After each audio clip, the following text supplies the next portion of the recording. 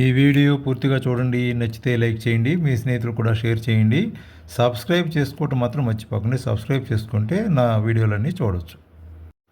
ఇటలీలో ఉన్న పేరారా అనే నగరంలో చక్కటి రూపురేఖలు లేని మహిళలు పాల ఉత్పత్తి కర్మాగారాలకు వెళ్ళడానికి నిషేధం అలా చట్టం ఉంది అక్కడ.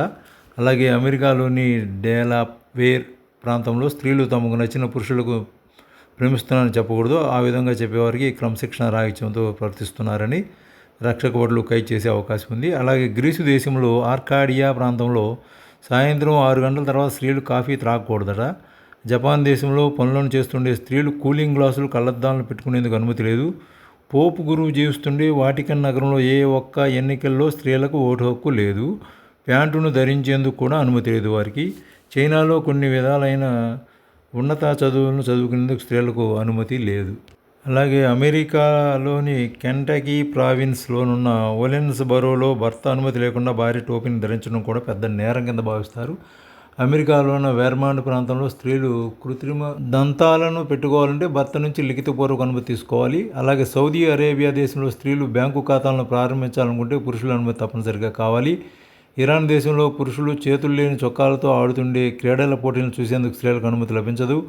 యెమెన్ దేశంలో స్త్రీలను పరిపూర్ణ ప్రజలుగా జనాభా లెక్కల్లో చేర్చడం లేదు. వాళ్ళు ఏ ఒక్క న్యాయస్థానంలో ఫిర్యాదు చేసేందుకు, వ్యాజ్యాలు వేసేందుకు, వ్యాజ్యాలకు సంబంధించిన సాక్ష్యం చెప్పేందుకు కూడా కుదరదు అక్కడ.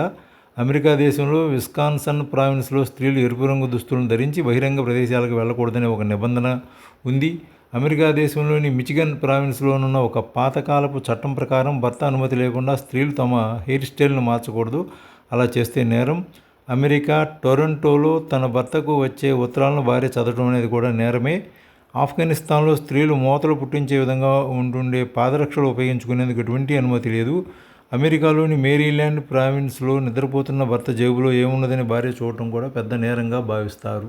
ఈ ఆధునిక కాలంలో కూడా ఈ విధంగా ఉంటున్నారా అనే భావన తలెత్తకుండా ఉండదు మనకి. మన దేశంలో మాత్రమే కాదు, ప్రపంచవ్యాప్తంగా ఇటువంటి కొన్ని విచిత్రమైన నిబంధనలు స్త్రీలకు విధించబడుతూ ఉంటాయి. వాటిలో కొన్ని విషయాలను ప్రస్తుతం ఎవరు అనుసరించకపోయినప్పటికీ అయితే నేటి కాలంలో కూడా కొన్ని నిబంధనలు విధించబడుతున్నాయి.